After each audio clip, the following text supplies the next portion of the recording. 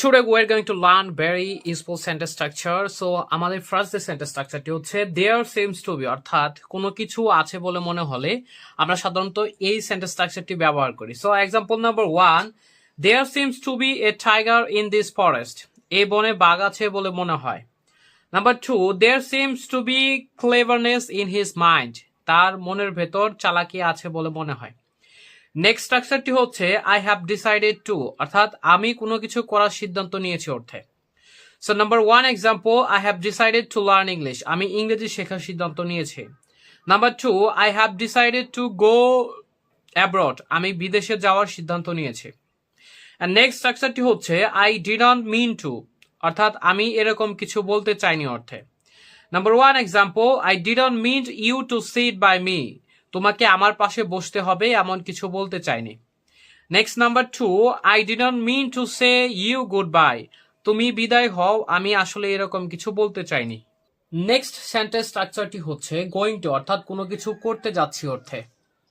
So number 1 example, I am going to buy a pen, আমি কলম কিনতে যাচ্ছি। Number 2, he is going to shopping tomorrow, সে আগামীকাল শপিং করতে যাচ্ছে। And next sentence স্ট্রাকচারটি হচ্ছে dying to, অর্থাৎ কোনো কিছুর জন্য কাতর বা মরিয়া হওয়া অর্থে ব্যবহৃত হয়। So number 1 example, I am dying to have your love, আমি তোমার ভালোবাসা পেতে কাতর হয়ে আছি। Number 2, I am dying to search for a new job, একটি নতুন চাকরি খুঁজে পেতে আমি মরিয়া হয়ে উঠেছি। নেক্সট স্ট্রাকচারটি হচ্ছে স্টিল, অর্থাৎ এখনো পর্যন্ত। সো নাম্বার 1 এক্সাম্পল হচ্ছে my grandfather is still alive, আমার দাদা এখনো বেঁচে আছে। Number 2, he is 40 years old but he is still unmarried, তার বয়স 40 বছর কিন্তু এখনো সে অবিবাহিত। নেক্সট সেন্টেন্স স্ট্রাকচারটি হচ্ছে yet, যার অর্থ এখনো পর্যন্ত। সো আমরা এক্সাম্পল নাম্বার 1 দেখি, I haven't finished it yet, আমি এখনো এটা সম্পূর্ণ করিনি। Number 2, he has not slip yet, সে এখনো ঘুমায়নি। আর নেক্সট স্ট্রাকচারটি হচ্ছে অলরেডি, ইতিমধ্যে। I have already read the book, আমি ইতিমধ্যে বইটি পড়েছি। Number 2, be quick, we are already late, তাড়াতাড়ি করো, আমরা ইতিমধ্যে দেরি করে ফেলেছি।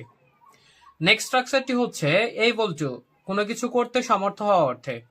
Number 1 example, I will be able to do, আমি করতে পারবো। Next number 2, I will not be able to go, আমি যেতে পারবো না। And next structure which is the final structure today হচ্ছে am to ... is to, অর্থাৎ am to অর্থ করতে হয়, is to অর্থ যেতে হয়। So number 1 example, I am to do, আমাকে করতে হয়। Number 2, he is to do the work, তাকে কাজটি করতে হয়। Number 3, I am to help the boy, ছেলেটিকে আমার সাহায্য করতে হয়।